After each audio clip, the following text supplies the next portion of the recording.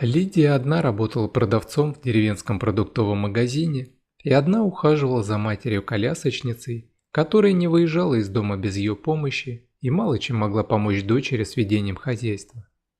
Ее дочь была молодая и одинокая, не строила ближайших планов на замужество, не ходила на свидания, ссылаясь на материнское нездоровье. Говорила, что ее всегда дома ждут и нуждаются. Матери было горько смотреть, как Лида ставит на себе крест, ведь многие на нее заглядывались. Пока женщина была на работе, к матери наведывался кто-нибудь из соседей или местных сплетниц, чтобы скрасить будни одинокой старушки. Те рассказывали последние новости, кто с кем поженился, кто от кого ушел, а кто на ее дочь глаз положил. А Лидка все головой вертела, не хотела ни от кого ухаживания принимать. «Доченька, ты бы сходила с одноклассником Юрием погулять. Он иногда ко мне заходит, фрукты приносит, помогает выехать на крыльцо, воздухом свежим подышать. Хороший он мужик, а ты его не замечаешь». Так начинался каждый разговор о женихах. «Мы уже об этом говорили, мам». Тут же злилась дочь. «Мне никто не нужен. А Юрка этот странный. Да, не пьет, работа имеется. Но это еще не все, что для хорошей семьи нужно. Он ведь немного того, а ты все пихаешь мне его. Что, переживаешь, что я все в девках сижу? Ну что же мне делать с тобой такой несговорчивой?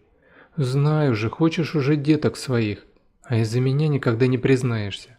Скорее бы уж я отошла, только балласт тебе создаю. Отбиваю у всех нормальных парней желание быть с тобой. Ох, был бы из них кто нормальный, его бы моя родная мать не смутила.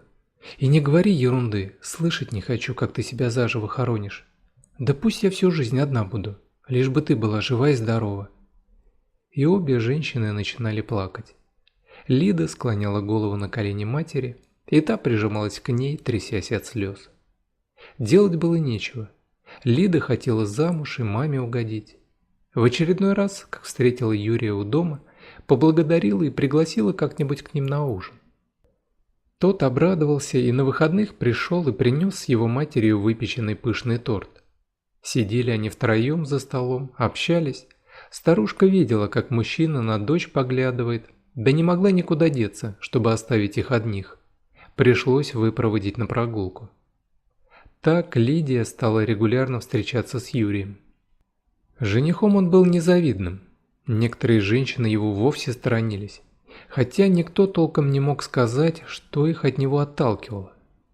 И 2 месяцев не прошло, как пара решила пожениться.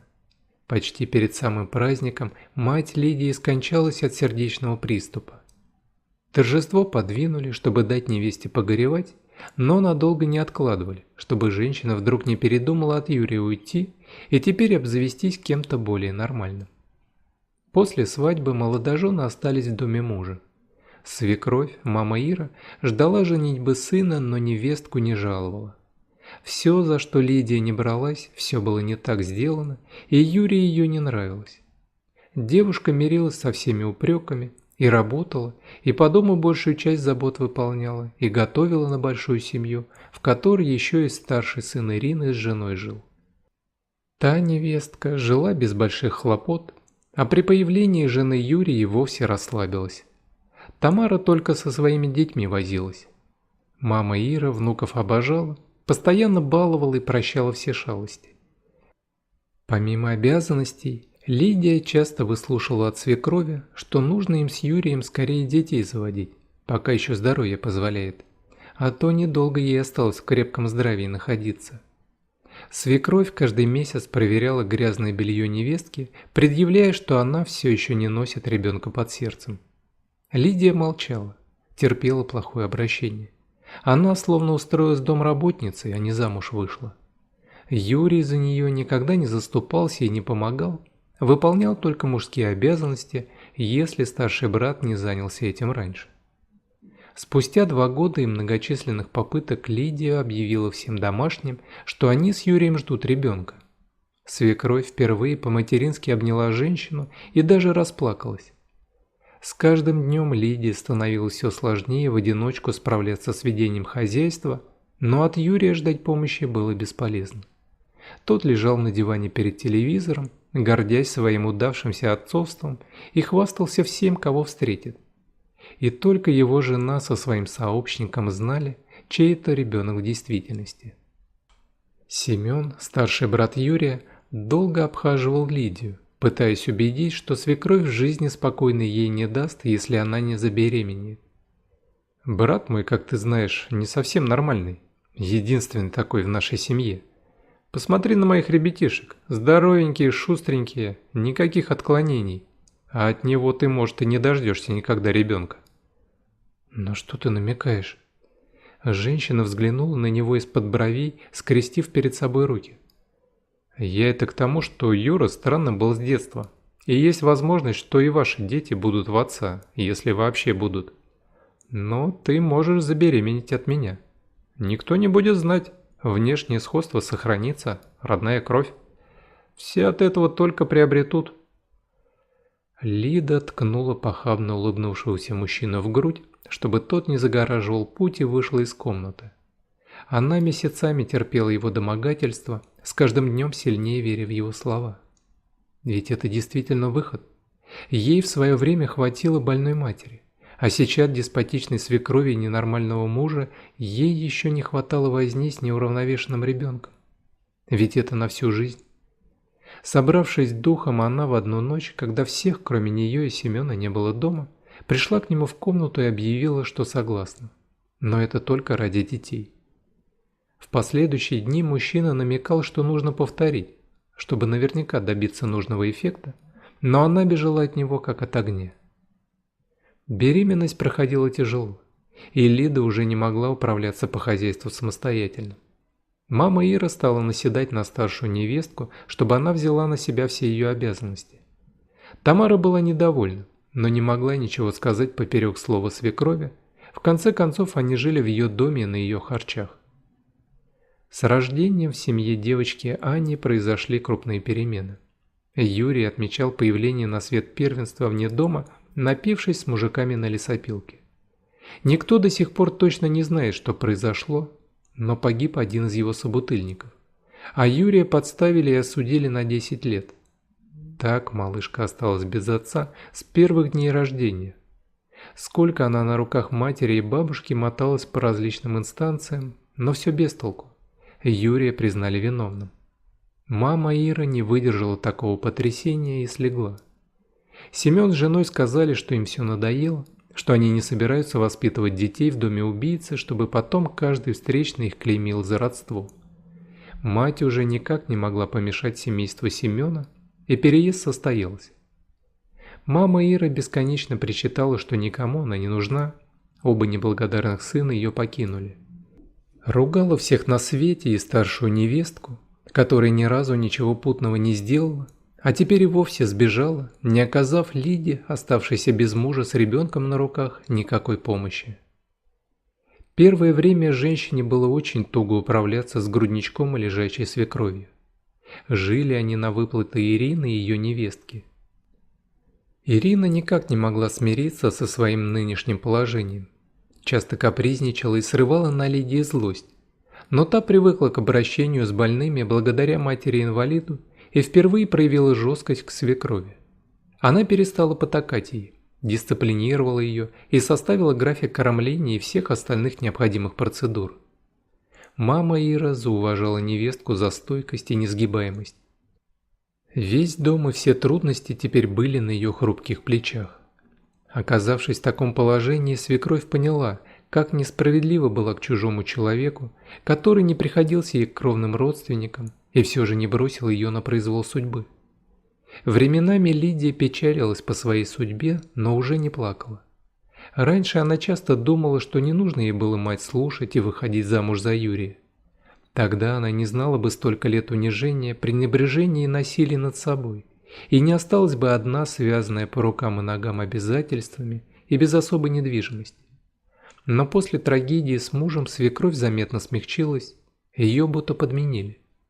Раньше Лида и слова ласкового не слышала, а теперь каждый день по 10 раз была и голубушкой, и любимицей, и умницей.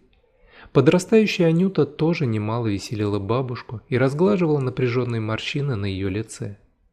Женщины стали жить в мире и понимании, простили друг другу старые обиды. В один из дней престарелой маме Ире стало намного хуже.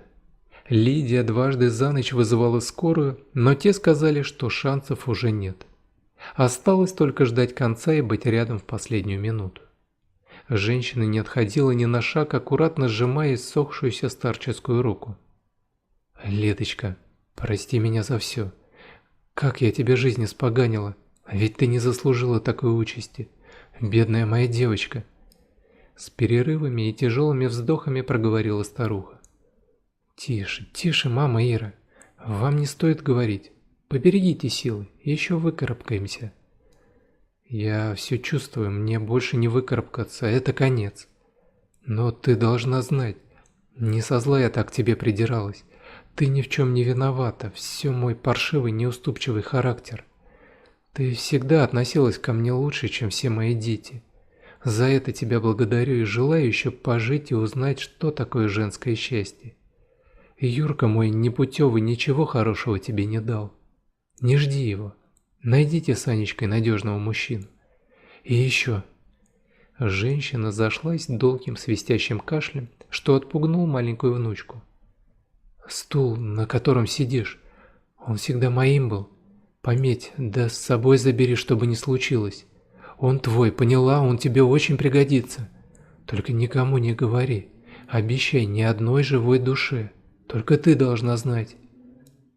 Лидия уверяла, что сделает все так, как велено, благодарила старушку за все те годы, что они прожили, за то, что она ее приняла в качестве дочери. Но было уже поздно. Ирина больше не слышала ее, она отошла в мир иной. Похороны были скромными. Семен с женой и детьми явились на следующий день и заполонили собой все пространство дома, намереваясь в нем вновь обосноваться. «Тебе теперь здесь делать нечего», – с порога заявила Тамара. «Дом по наследству Семену перейдет, у нас детей больше, да и Юрий выйдет, ему здесь место найдем. А ты не наша, всегда отличалась и ничего не изменилось. После похорон уходи, да смотри, не возьми ничего из того, что тебе не принадлежит. Вечно ты к бабке подлизывалась, фу, терпеть таких не могу». Лидия выдержала твердый взгляд женщины, надеявшейся ее напугать, и с достоинством ответила. «Мне с вашим семейством делить нечего. Я бы не осталась здесь. Постыдилась бы. Мать твоего мужа еще не похоронили, а ты права качаешь. Пойди лучше займись гостями. Пусть у них памяти останется, как ты маме Ире отдаешь дань уважения». После долгого дня соседи позвали Лидию с Аней к ним ночевать. Все знали, какой скверный из Семена хозяин, и решили, что с бедной младшей невестки хватит страданий. Натерпелась. Женщина не стала долго пользоваться гостеприимством и через несколько дней уехала с дочерью в город. Оказалось, что в стуле, который старуха сказала ей забрать, были спрятаны все сбережения драгоценности, которые та всю жизнь копила. Теперь они перешли в пользование Лидии, как награда за все перенесенное ею, за все невзгоды в доме мужа. Женщина быстро обустроилась на новом месте, сняла небольшую уютную квартиру, отдала Аню в сад, а сама устроилась на работу, чтобы позволить себе оплачивать расходы. Часть наследства поместила на хранение в банк, а на остальные обживала свою жилплощадь. Позже Лида закончила некоторые курсы, которые могли бы помочь ей заниматься любимым делом, ведь в деревне у нее не было большого выбора. Аня быстро подружилась со сверстниками, а Лида с их мамами, и часто приглашала подруг в гости. С тех пор мать-одиночка узнала, что такое жизнь в удовольствии. Больше никто им с Аней не указывал, что делать, и они ни от кого не зависели. Вся ответственность за их будущее была в руках Лидии, и это стало главной радостью и главным достижением в ее жизни. Семен так и не узнал, что все его наследство, кроме дома, на которое так рассчитывал, отошло нелюбимой невестке матери. Если вам понравился рассказ, просьба поддержать меня кнопкой «Палец вверх», а чтобы узнавать о выходе новых интересных историй, при подписке нажмите колокольчик. Всего вам доброго! All right, everyone's presentations are done. Nick, the manager, said as he tried to move the discussion forward. Excuse me, I haven't. I recently found out something. Nick interrupted me and began to speak. There's apparently someone in this department who didn't graduate high school and is just a part-timer. Meetings should be for employees only. Absolutely right. His lackey, Mike, of course, agreed with Nick. I'm leaving. After leaving the meeting room, I started to shut down my computer. I noticed that an email had arrived, not in my personal inbox, but in the company's shared email. Thinking, there's no point in speaking up, no one will listen, I went home quietly. The next day, I heard a commotion from Nick's desk. He was staring at his computer screen, his face pale. Nick! Is something wrong? Mike looked at the screen with him. And he turned even paler than Nick. Why is he so angry? Knowing the reason for Mike's distress, I thought to myself, serves them right. My name is Adam. My mother passed away when I was in the 9th grade, and I was raised by my father. Well, you could hardly call it being raised. After my mother passed, my father changed. He drowned his sorrows in alcohol, and though he still went to work, he squandered our living expenses on horse racing. Because of that, I had to start working part-time as soon as I entered high school. Every month, I went to the convenience store with bills in hand that couldn't be auto-deducted from my father's account. Even though I endured it because I didn't want to be alone, I reached my limit in my 2nd year of high school and dropped out. I found a live-in job at a distant inn. Thank you for everything. The day I left home, my father, still staring at the TV, spoke. Take care. That was our last conversation. Back then, 18 wasn't the age of majority, so I needed my father's permission to work, and I couldn't hide my place of employment. Yet, my father never visited me even once. I kept working just to survive, and before I knew it, I was 42. Years of hard work paid off, and I was transferred to the headquarters. I was thrilled to be recognized by the company, as I thought I'd be working in the field until retirement due to my lack of formal education. Listen up. Our work can change the future of our employees. Don't drag us down. On my first day after the transfer, Nick, dressed in an expensive suit, spoke sternly. There was a reason for this. Our inn was located in a prominent tourist destination, known so well that everyone in the state could sing its commercial jingle. At its peak, we had 5 locations within the state. But that was long ago. Due to financial difficulties and aging facilities, only the place where I had worked for many years and the original establishment remained. I was prepared to lose my job anytime, but now there was a glimmer of hope. With the rise of social media, the tourist area where the inn was located started gaining attention again. Depending on how hard the sales department, where I was transferred, worked. We could either thrive or be forced to give up this prime location to the new hotel chains continuously popping up. For Nick, who had switched careers from another industry to strengthen our sales, this was a battle he couldn't afford to lose. I understood why he had to be strict. I will do my best. Nick sneered at my enthusiastic declaration. Did you not hear what I said? I'm sorry. I thought I was listening carefully. Out of habit from years of customer service, I apologized reflexively, though I had no idea what had offended him. Someone was watching me with a smirk. In this department, there are those who are expected to excel and those who have been shoved here because they have nowhere else to go. You are the latter. It was Mike, the section chief. He's 7 years younger, at 35. But he was called to headquarters much earlier than I was and had been moving around within the headquarters ever since. I'm not jealous, but I can't accept that he's my boss.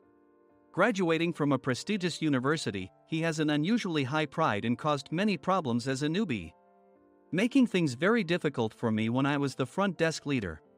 When I found out Mike was transferred to the sales department a month before me, I was disheartened. Mike is right. With just a middle school diploma, there's not much you can do. Don't even think about achieving results. As if I didn't exist, Nick remarked, I'm thirsty. Mike eagerly ran to the coffee maker. It seems Mike is Nick's lackey. I regretted being happy about my transfer to headquarters, wishing I had stayed on site forever. Send a direct mail to every company on this list by the end of the day. Nick only assigned me tasks that even a new graduate could handle. What? There are over 1,000 companies. You want me to send to all of them by today? Yes, if you and your fellow misfits split the work, even those with nowhere else to go should finish by today. I glanced at the employees typing away expressionlessly. They were worn out from customer service, only thinking about leaving on time, or were women reassigned after having children. With zero motivation for work. Even Sam, a new graduate from the same university as Mike, who was supposed to be among the expected achievers, had no enthusiasm for the job. Having joined the company wanting to do customer service. "I don't care what they say, I plan to quit anytime," he said. Only Nick and Mike were highly motivated, making all the decisions between the two of them. I originally only wanted to work at the inn to survive and had no particular attachment to this job. I swallowed my words, thinking I had no right to reprimand them. About a month after the transfer, Nick told us with a frustrated look. "To commemorate the 50th anniversary, we've decided to create a plan exclusive for one group per day. Originally, Mike and I were supposed to come up with it, but our president, Mr. Thompson, insists on hearing everyone's opinions. So, you all get a chance." As Nick explained, Mike began handing out prints. "Make sure not to embarrass Nick. If your ideas are half-baked, you'll have to redo them." It seemed that they had printed his handwritten notes by Mr. Thompson, which included several questions and a section for free responses. It made sense why Nick had to seek our input, given that all responses had to be submitted to Mr. Thompson. We were given a week to think about it, and a meeting was scheduled to compile our ideas. My plan is to let guests enjoy both the old and modern America. Nick began the presentations. Guests would watch a master confectioner at a nearby traditional sweet shop make sweets in front of them. The welcome drink would be premium tea in a bottle. Nick's plan was certainly attractive. After his presentation, Nick called on us to present in the order we were seated. Just as I stood up for my turn. "All right, everyone's presentations are done." "Excuse me, I haven't. I recently found out something." Nick interrupted me. "There's someone in this department who didn't graduate high school and is just a part-timer." He was likely talking about me. I joined the company as a part-timer and was made a full-time employee when I turned 20. That was 20 years ago, so Nick and Mike probably had no chance to know until recently. Meetings should be for employees only. Absolutely right. After that, Nick kept creating opportunities to solicit everyone's opinions, purposefully excluding me from speaking. The meeting unexpectedly heated up and went past the scheduled end time. A few people asked to leave, and the discussion continued with the remaining few. "Still here?" Normally, you'd leave in that situation. Though I had no attachment to the job initially, hearing kind words from customers made me want to make them happier. For someone like me, with nowhere to go, the inn was my home and customer service was my life. I felt pathetic about my current self. "I'm leaving." I left the conference room and started shutting down my computer. I noticed an email had arrived, not in my personal inbox, but in the company's shared email. Thinking no one would listen to what I had to say anyway, I quietly went home. The next day, while preparing the DM as instructed, I heard a commotion from Nick's desk. In his haste to stand up, he hit his knee on the desk. He stared at his computer screen, his face pale. "Nick, what's wrong?" Mike, thinking he should be the first to rush over, approached Nick while still wearing his coat. He peered at the screen with Nick. And he turned even paler than Nick. Why is he so angry? Who is responsible for this company? Nick, more irritated than ever, asked, and Mike answered without checking. Probably Sam. Sam wasn't there because he was attending a morning training session for new hires. Nick gave up on getting angry and returned his gaze to the screen. They were looking at an email that arrived right after the end of the working day yesterday. Apparently, no one, including me, had checked it before leaving. The email was from a large company that used us for their annual employee trips. The president and executives of that company also frequently used our services personally. President of the company, Mr. Mason himself, had declared that neither he nor his company would ever use our services again. Well, some companies cancel their employee trips or stop using our services due to financial struggles. Let's just move on. Mike kept wiping the sweat from his forehead with a handkerchief. Knowing why Mike was so agitated, I quietly watched their interaction. Do you know how much revenue we get from that company? We can find other guests to fill the rooms, but we'll lose the banquet costs. gift shop revenue, rental car fees, and more. Moreover, the gifts were supposed to be prepared by the traditional confectionery shop involved in Nick's proposed plan. If it's known that we incurred such a huge loss at this critical time, Nick's position in the company would be jeopardized. Nick took a deep breath, seemingly trying to calm himself. All right, Mike. Go to New York right now and apologize to Mr. Mason. What? You're coming with me, right? I have urgent work to do. I trust you, which is why I'm entrusting this to you. Please. Mike, believing Nick's sincerity, agreed with a determined look on his face, saying, yes. That's Nick for you. Even if Mike went to apologize, Nick would shift all the blame onto him if the client didn't change their mind. Well, it was Mike's fault to begin with, so it served him right. About 3 hours later, Sam answered a call from somewhere and repeatedly apologized, saying, I'm very sorry. Everyone watched to see what was happening. After ending the call, he informed Nick with a weary tone. When Mike arrived at the client's company, he only made things worse, further infuriating Mr. Mason. He was demanding, get his boss here immediately. It was no wonder Sam was exhausted, dealing with such a call right after returning from training. What is that idiot doing? All right, Adam, you're coming with me. If sacrificing Mike didn't work, then I must be next. Normally, I'd want to refuse at all costs, but I saw an opportunity in this situation. If I can be of assistance, I'd be happy to join you. I obediently followed Nick, and we flew to New York. When we introduced ourselves at the reception, it became clear how serious the situation was. As the receptionist personally escorted us to the president's office. Angry voices leaked through the door, making both Nick and me uneasy. Excuse me. I'm Nick, the supervisor. I understand my subordinate has caused you trouble, and I deeply apologize. Nick, with his experience in the corporate world, knew enough to offer an apology before excuses.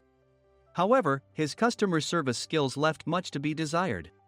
I sighed as I saw Mike trembling like a small dog in the corner of the room. What kind of training are you giving your subordinates? Mr. Mason glared at Nick with a red face. The intensity of his gaze made even Nick take a step back. Regrettably, I joined this company only 2 years ago and was unaware of Mike's issues. I should have identified his shortcomings sooner. Indeed. I should have realized sooner. No sensible person would come to apologize and then give a lengthy presentation on the drawbacks of not using their in. Nick froze, his mouth slightly open. Suspecting the worst, I picked up the documents that had fallen to the floor. It seemed Mike hastily prepared these documents on the plane, listing the disadvantages. Disadvantage 1: if you change the venue for the company trip, employees might suspect it's for cost-cutting reasons, leading to a negative impression. Reading it aloud half-jokingly, Nick snatched the papers from my hand and checked the contents with a furious expression. Among the stack of documents was a receipt from a nearby convenience store's copy machine. I felt a pang of dread, hoping he hadn't shown the receipt as well. What do you think he said when I asked what kind of nerve he had to do this? I'm very sorry. Faced with the dire situation, Nick must have thought there was nothing left to do but apologize. In a voice smaller than I'd ever heard from him, he uttered words of apology. He said, I'm a Harvard graduate. I don't believe I said anything wrong. Mike! What have you done? Forgetting his plan to pin the blame on Mike, Nick yelled loudly, even in front of Mr. Mason. I didn't do anything wrong. You're still saying that? Look at him. Mike pointed at me with a shaking hand. I was assigned to headquarters in my 20s and now I'm a section chief. This guy only made it to headquarters at 42. Everything I've done proves I was right. So why are we losing the contract? Having said his piece, Mike collapsed to the floor. Of course. You were sent there because you had nowhere else to go. Mike never expected to hear such words from someone he looked down upon. He lunged at me, and Nick hurriedly stepped in to stop him. Mr. Thompson told me Mike is a quick thinker, and to take good care of him. There's no way he was pushed aside. Don't make things worse here. He didn't say quick thinker, he said only quick-witted, didn't he? I don't remember that part. I recalled the many troubles Mike caused when he was a newbie. When Mike was on the front line, his pride was so high that he never apologized to customers. Customer service, especially in our job, doesn't work alone. It brings both good and bad situations. If the front staff or housekeepers made mistakes, or the cleaning company didn't properly clean a room, one had to apologize to the customers regardless of personal fault. Mike, in such situations, would never apologize, insisting he wasn't at fault. This often angered customers, and as the front desk leader, I frequently had to apologize on his behalf. He caused complaints and disrupted operations, which is why he was quickly moved to headquarters. In departments where he didn't interact directly with customers, his quick thinking was beneficial and things went well. But it seemed his flaws were starting to show. Corporate reservations are supposed to be entered into the system by the sales representative. But a quick check yesterday revealed that more than 10 items were missing from the client's reservation. The handover document clearly stated what needed to be prepared. Why didn't you enter it into the system? Why do we have to give them special treatment? Filling rooms near the banquet hall, setting up all the food in advance. Specifying the brand of wine, they're too demanding. No wonder he always angered customers, I thought, feeling a headache coming on. Grouping them in rooms near the banquet hall is for our benefit too. It makes it easier for the staff to set up beds and serve breakfast since everyone's schedule is synchronized. As for the other requests, Mr. Mason suggested them to lighten our load. I didn't know that. Nick finally seemed to realize that Mike was the one who had angered the client. What did you say to them? I just told them we wouldn't give them special treatment anymore. We shouldn't waste effort on things that don't bring in money. I was utterly exasperated at his lack of understanding of customer service. Of course, we shouldn't comply with unreasonable demands. But carrying over successful practices from past stays makes customers feel remembered and enhances their experience. Good memories encourage repeat visits. That's part of our job. I looked down at Mike, who was sitting on the floor. In our job, nothing is a waste. Mr. Thompson likely moved you to the sales department, hoping you'd finally understand this. How do you think he feels now that you've failed to meet his expectations? Mike, tears in his eyes, fled the president's office. I was amazed he still hadn't apologized. You have it tough, Adam. It's okay, we're all employees of the same company. I deeply apologize for this disrespectful incident. Especially after all the care you've shown us. If it weren't for you, Adam, I really would have stopped staying here. When I heard you were moving to the sales department, I was willing to reconsider if you handled it. Seeing us talk so amicably, Nick's face contorted. Do you two know each other? Adam's service is excellent. I always requested him specifically. Normally, we don't accept specific staff requests, but we made an exception for Mr. Mason, adjusting my shifts accordingly. He had personally stayed at our hotel just before my transfer, and during casual conversation, I mentioned, I'm moving to the sales department soon. If I hadn't told him then, things could have been much worse. Please continue to take care of us. I look forward to it. On the return flight, Nick awkwardly offered me a can of beer. It's still working hours. Of course, I had no intention of forgiving him for a single beer.